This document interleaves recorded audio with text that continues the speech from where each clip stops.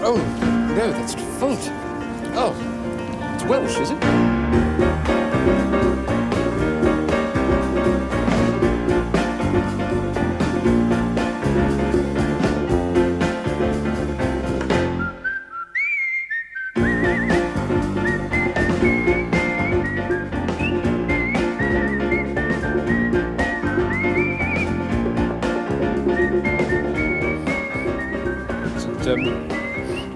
It's blended, is it?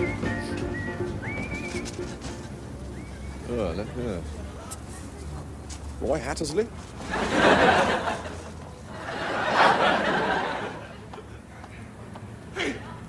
Chanel, isn't it? We'd like to announce that we'll be holding a competition during tonight's show. What's basically going to happen is this. We'll be performing a series of sketches, and obviously we'll be wearing different costumes for each one. Except that tonight, we're actually going to be wearing the wrong trousers for every sketch. That's right. What's happened is we've mixed up the trousers at random. And what you have to do is to use your skill and judgment to find out which trousers go with which sketch. That's right. So, for example, if you think the trousers that I wear in sketch A should have been worn by Stephen in sketch G, for example, then just write it down. When you've got them all, send us a card also saying in not more than 10 words why you think trousers are important. And the first correct entry opened will receive this rather magnificent pair of trousers. They're pretty stunning, I think you'll agree, as well as a guided tour around the trouser department here at a bit of Fry and Laurie, a tour led by the ever-popular Cliff Mitchell-Moore. So, good luck. And good trouser spotting. Come. Ah, Jerry, come in. Now, do you know why I sent for you? Not really, sir, no. Not really, no. Well, first of all, let me congratulate you on winning the school poetry prize. Oh, thank you, sir. Yes, Mr. Drip tells me that it's one of the most mature and exciting poems he's ever received from a pupil. Don't suck your thumb, boy. Well, I'm not, sir. No, that was just a piece of general advice for the future. Now, Terence.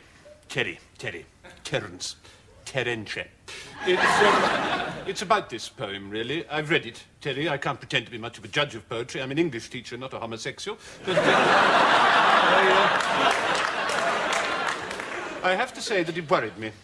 Oh? Yes, worried me. I have it in front of me. Now, inked ravens of despair claw holes in the arse of the world's mind. I mean, what kind of a title for a poem is that? It's my title, sir. Arse of the world's mind? I mean, what does that mean? Are you unhappy about something? I think that's what the poem explores. Explores? Oh, it explores, does it? I see. Well, let's have a look at what it explores, shall we? Scrotal threats. Unhorse a question of flowers. I mean, what's the matter with you? Are you sickening for something? Or is it a girl? Is that the root of the problem? Well, it's not something I can explain, sir. It's all in the poem. It most certainly is all in the poem. Now, I asked for answers and got a head full of heroin in return. Now, Teddy, look at me. Who's been giving you heroin? This is a very serious matter. We must do something about it. No one, sir. No, Terry, I must insist. It's in the poem. Look, I asked for answers and got a head full of heroin. Terry, this is a police matter. You must tell me who's been giving you heroin. Sir, no one has given me heroin. Oh, I see. So this poem is a fiction. Is it a fantasy, a lie? What's happening? No, it's all true. It's autobiographical. Well, then, Terry, I must insist you tell me who has been giving you heroin. Is it another boy? Well, sir, you have. I have? What are you talking about, you diseased boy? This is a rank standing impertinence. I've never given anyone heroin in my life. No, it's a metaphor. Metaphor? How metaphor? It means I came to school to learn, but all I got was junk instead of answers. Junk? What do you do? The GCSE syllabus is most rigidly adhered. No, it's just an opinion. Oh, is it? And is this just an opinion, too? When time fell wanking to the floor, he kicked his teeth. Time fell... I mean, is this just put into shock? Or, I mean, is there something personal you want to discuss with me? Time fell wanking to the floor. I mean, what does it mean? It's a quotation. Quotation? Quotation? Who from? It's not Milton, and I'm pretty sure it can't be Wordsworth. Bowie. Bowie? David Bowie. Oh, and is this David Bowie, too? My body disgusts, damp grease wafts sweat balls from sweat balls and thigh fungus. I mean, you what? Of course I wash. Well, then why does your body disgust you? It looks perfectly all right to me. Why can't you write about meadows or something? Never seen a meadow. Well, what do you think the imagination is for? A girl strips in my mind, squeezes my last pumping drop of hope, and rolls me over to sleep alone. You're 15 years old, Jerry. What's going on inside you? Well, I think that's what the poem... What the poem explores. Yeah. Don't tell me. I cannot understand anymore. I cannot understand. Well, sir, you were young once. Well, yes, in a sense, I suppose. Well, didn't you ever feel like that? You mean, did I want to fireball the dead cities of the mind and watch the skin peel and warp? Then thankfully, no, I did not. I may have been unhappy from time to time if I lost my stamp album or broke a penknife, but I certainly didn't write it all down and show it to people. Perhaps it might have been better if you had. Oh, might it, young Terry? Oh, might it? I suppose I am one of the unhappy bubbles of anal wind, popping and winking in the mortal bath, am I? Oh, your silence tells me everything. I am an unhappy bubble of anal wind. Well, that's just how I see it. That's valid. Valid? You're not talking about a banknote. You are calling your headmaster an unhappy bubble of anal wind. I'm one too. Oh, as long as we're all unhappy bubbles of anal wind, popping and winking in the mortal bath, then I suppose there's no problem. But I don't propose to advertise the fact to parents. If this is poetry, then every lavatory wall in England is an anthology. I mean, what's happened to the Oxford Book of English Verse? Where's that disappeared to in all this, Perhaps that's the lavatory paper. Is that clever? I don't know. I suppose it's another quotation from Derek Bowie, is it? I can't understand anymore. I cannot understand. Well, it's not surprising, sir. Perhaps you're frustrated. After all, it's a lonely job. I am frustrated. It is a lonely job. I'm assailed by doubt and racked by fear. And then write it down. Write it down. Get it out of your system.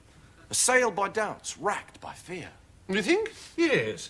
Assailed by doubts, racked by fear, tossed in a wrecked mucus foam of Hatred? Good. What about steamed loathing? Better. You're a natural. A wrecked mucus foam of steamed loathing. Snot trails of lust perforate the bowels of my intent. Put on your red shoes, Major Tom. Well, what I always say to myself in that situation is, what would Lester Piggott have done in the same position?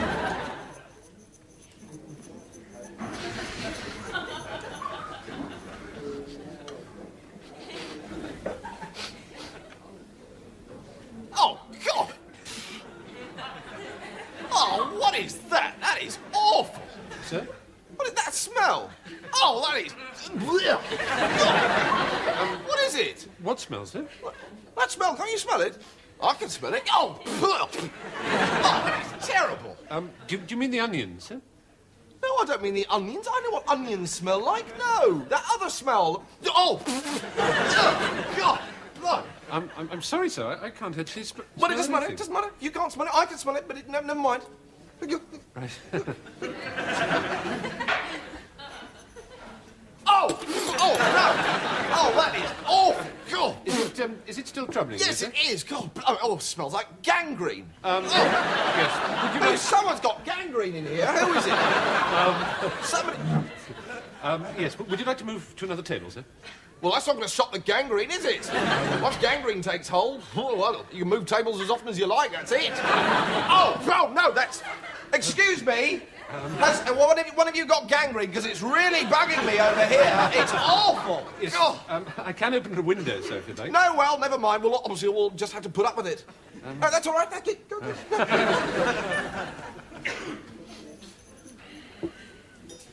Unless it's fettuccine. Sir? Fettuccine and gangrene, they spell pretty similar. Well, table 14 is having fettuccine, sir. Oh, well, that'll be it then. It's all right, it's not gangrene, it's your fettuccine. Right, sir. If there's nothing else, thank you. Oh, no! Oh! Sir? Oh, God! So what is it this time, sir? Somebody's got bubonic plague. It's awful! God! Sir? God! It's terrible! I bloody wrote that. You can't bloody well steal something I've written. Don't tell me to be quiet.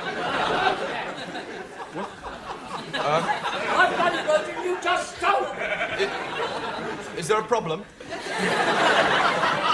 Problem? Yes, I'll say there's a bloody problem, all right. That's my sketch and you bloody nicked it. Well, so when? When did... When? Yeah. When what? When did you write it? Well, I don't know. Years ago.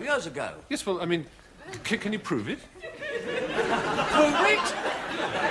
Of course I can't bloody prove it. I mean, what do you think I am, for God's sake? Look, I'm telling you, that's my sketch. Well, look. You know, I mean, it's based on a personal experience I had, for God. And I'm not going to let you do it. I just take it and pretend it's yours. Well, if you can't prove that you wrote it, it's rather hard for us to believe, isn't Well, I don't care whether you bloody well believe me or not. I'm telling you, it's my sketch. I wrote it. And what's more, you two, you're breaking the law by doing it now.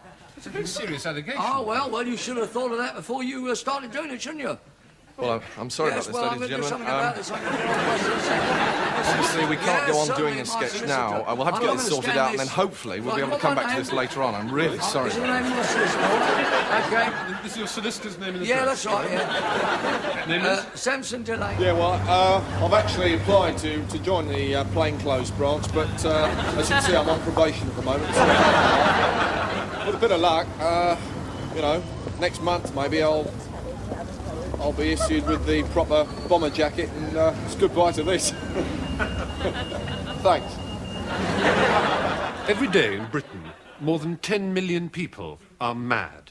That's the disturbing conclusion in a report just published called Is Britain Turning into a Nation of Mad People?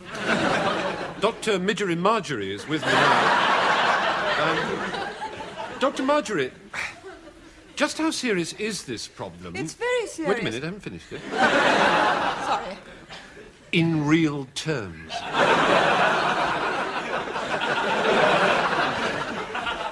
Okay. Yes, go on, yes. It's very serious indeed. In 1957, when records began, we were, I think, the 6th maddest country in Europe. Whereas last year's figures show that now Britain, I'm afraid, leads the European community. It is a community, isn't it? Yes. Britain now leads Europe in terms of being mad. Well, that's a worrying trend, certainly. You're very kind. Right. Now, for those viewers who may just have switched on this minute, would you mind having this conversation with me all over again? Fine with me. Right. Is Britain turning into a nation of mad people? Dr. Midgery Marjorie is with me now. Dr. Marjorie, just how serious is this problem in real terms? Not particularly. Not particularly what? Serious. Isn't it? No. Right. When we talk about Britain's increasing madness, what sort of madness are we really discussing? Well, all sorts, really. From the kind of madness that makes people want to put on a hat when they get into a car, to the really extreme madness prompts people to go to the theatre. Right. So that's quite a broad basket of madness, really, Yes, isn't well, it? we've tried to be pretty thorough. Right. Now, for those people who've just tuned in right now, could I suggest that you invest in a copy of Radio Times? That way you can plan your viewing properly and stop butting into programmes 5 minutes after they've begun. I mean, you wouldn't, after all, start a novel at chapter 5, would you? Well, you would if the first 4 chapters were rubbish. Don't be quiet. Now, Dr. Marjorie, examining the causes beneath and behind and, to some extent, to one side of Britain's underlying and increasing madness, what exactly are they? Well, we examined a Sorry, who's we? My mother and I. And a woman called Alice. Fine. And we came up with some pretty interesting results. You see, essentially, madness is like charity. It begins at home. Oh, that's interesting. Darryl. Corporal punishment, you think? I was beaten as a child. Didn't do me any harm.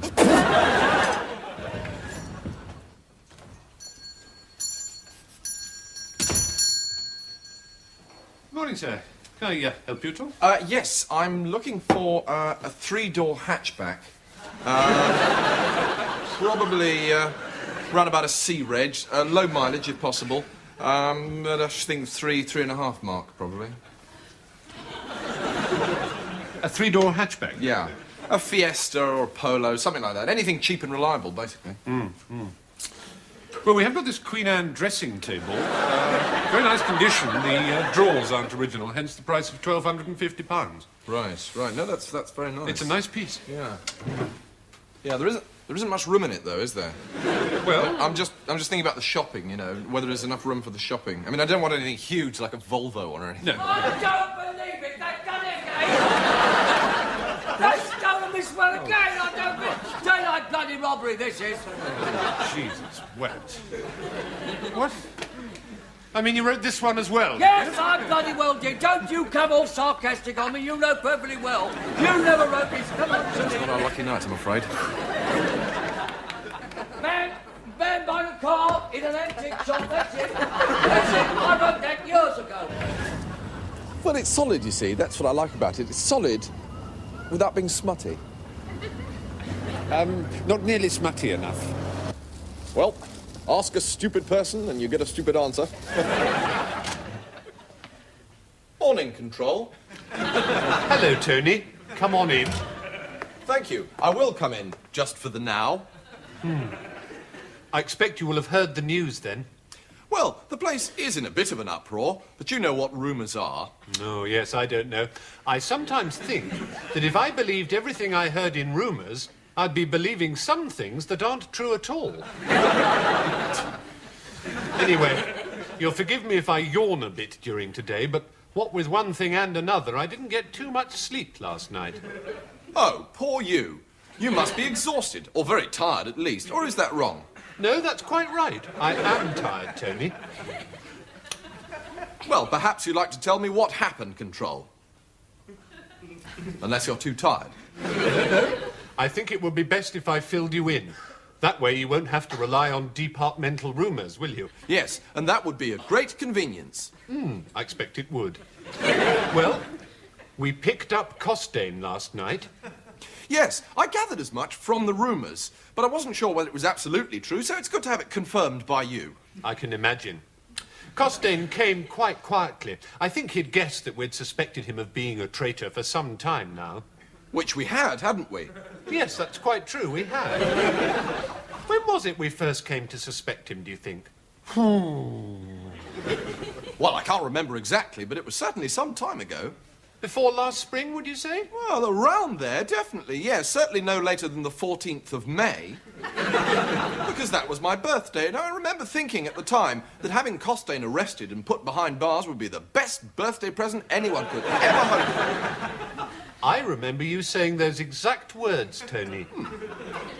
So, any old way, you managed to arrest him then? Yes. He was taken to the 9th floor, and I had the job of interrogating him. That's never a very pleasant task, is it, Control? No, it's one of the things I least enjoy having to do, as a matter of fact, Tony. It's very difficult when someone doesn't want to tell you anything, and you have to think up ways of making them tell you. Yes, that can call on all your know-how, can't it? That's right, yes. Costain, I'm afraid, didn't want to tell us anything. But I thought it would be much better if he did, because if he's been working for the Russians all this time, then we ought to know what he's been up to, oughtn't we? Yes. That way, we know which of our secrets have been given away and which are safe. That's exactly right. So, was the Minister pleased that we caught him at last? Well, on the one hand, Tony, he's delighted that Costain has been put behind bars at last. On the other hand, he's very anxious to minimise publicity. And, of course, on the other hand, he has... Oh, hold on. You've got 3 hands there, Control. Oh, yes, I wasn't counting very carefully, was I? Well, let's just say he's also rather cross that we allowed a Soviet agent to go undetected amongst our rank for so long. So, a mixed reception then. I think that's a very fair way of putting it, actually, Tony, yes. So, all in all, and what with one thing and another, it's been a pretty tiring 48 hours. Well, 44 hours to be exact. But it feels like 48, I can tell you. Well, 46 or 47 at least. So, being as how you're so tired, Control, perhaps a cup of coffee might perk you up. Oh, I say, that's ever such a super thought, Tony. I'd just love one. Coming right up. You're a lifesaver, Tony, and that's a fact. Oh, and Control, under the circumstances, I'm going to make sure it's a good and strong one. Bye-bye. So, do you like heavy metal? I quite like heavy metal, but I prefer something that wasn't quite so heavy. What, a bit lighter? Yes, lighter metal would be nicer. Only unfortunately light metal doesn't exist. Oh, well, that's where you're wrong. Because Genital Records have just issued a new compilation album. Really? Yes. It's called Light Metal. Is it a completely new concept? Apparently. Oh. And what's it called? Light Metal. Goodness. So it's like heavy metal, but... Without the weight. Right. Do you know any examples of light metal? Well, the main bitch sex monsters of the whole scene at the moment Yes. are called the Bishop and the Warlord. Wow.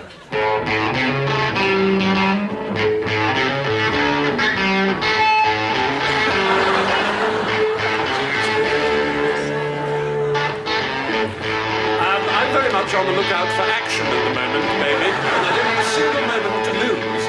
I'm heading on for good times, whichever way I choose. I'm going to pull back with my right hand, get that front wheel off the ground, and don't try and stop me, because I'm not going to be around. I'm a hard-headed woman. I'm a bitch on heat.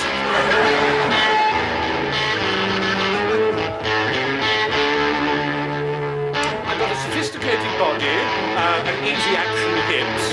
I've got long straight legs and red ruby lips. I'm looking for good loving, baby. That's what I aim to find. Because I'm a good time sister.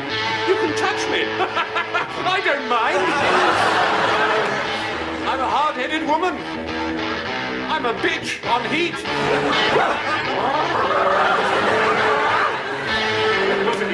Wuffity.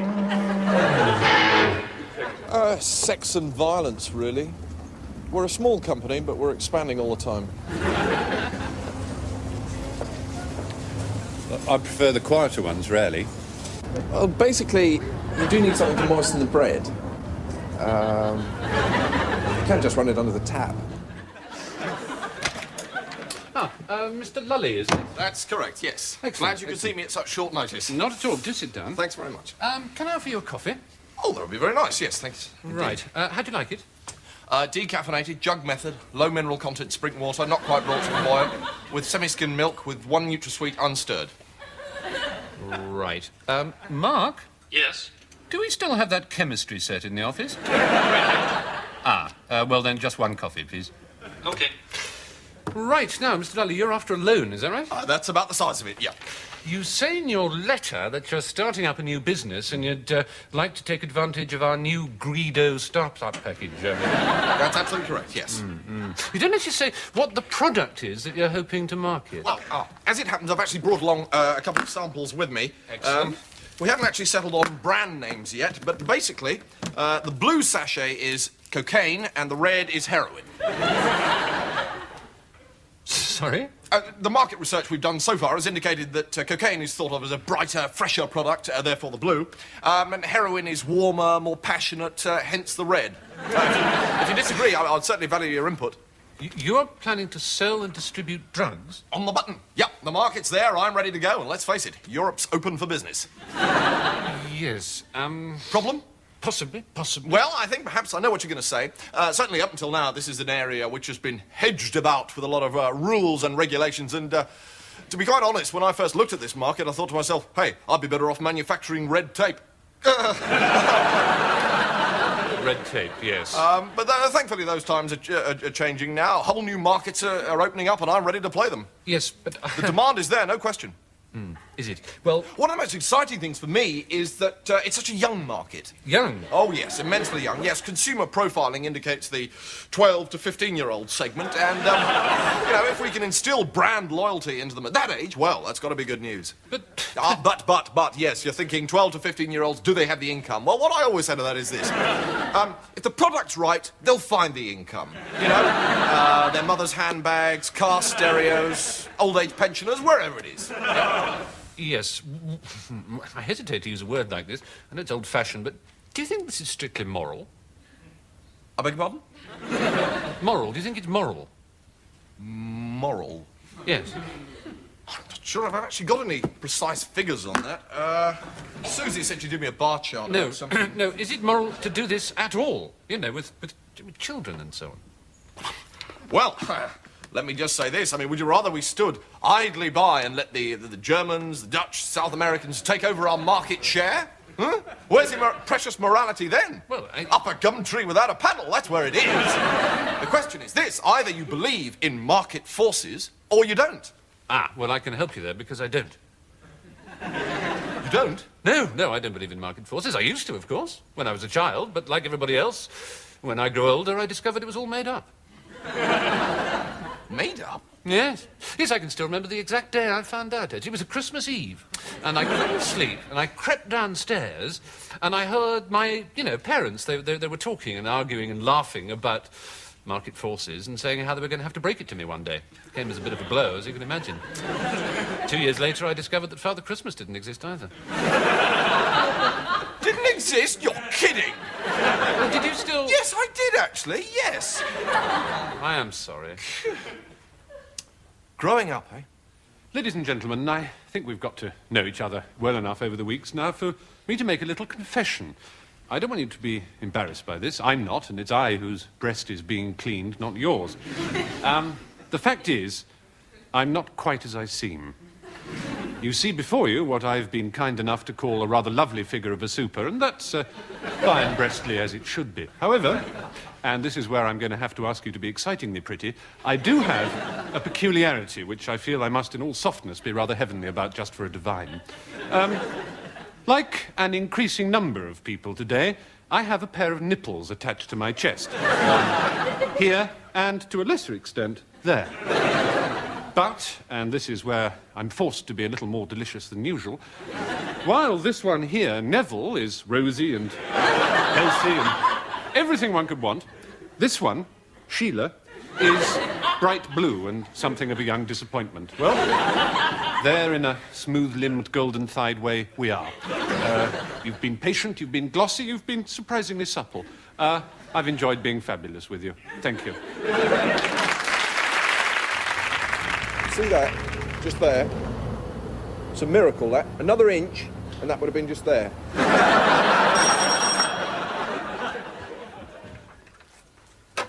Good evening. Chief Inspector Venice, Burnham CID. May I come in? Well, of course you can, dear. It's your house. Go on, then. Go on. Go on, help yourself, then. See if I care. Go on, take the lot. I don't care. Come on, Cindy, we're going. Go on. Just help yourself, all right? Anything you like. Take the lot. Solid, though.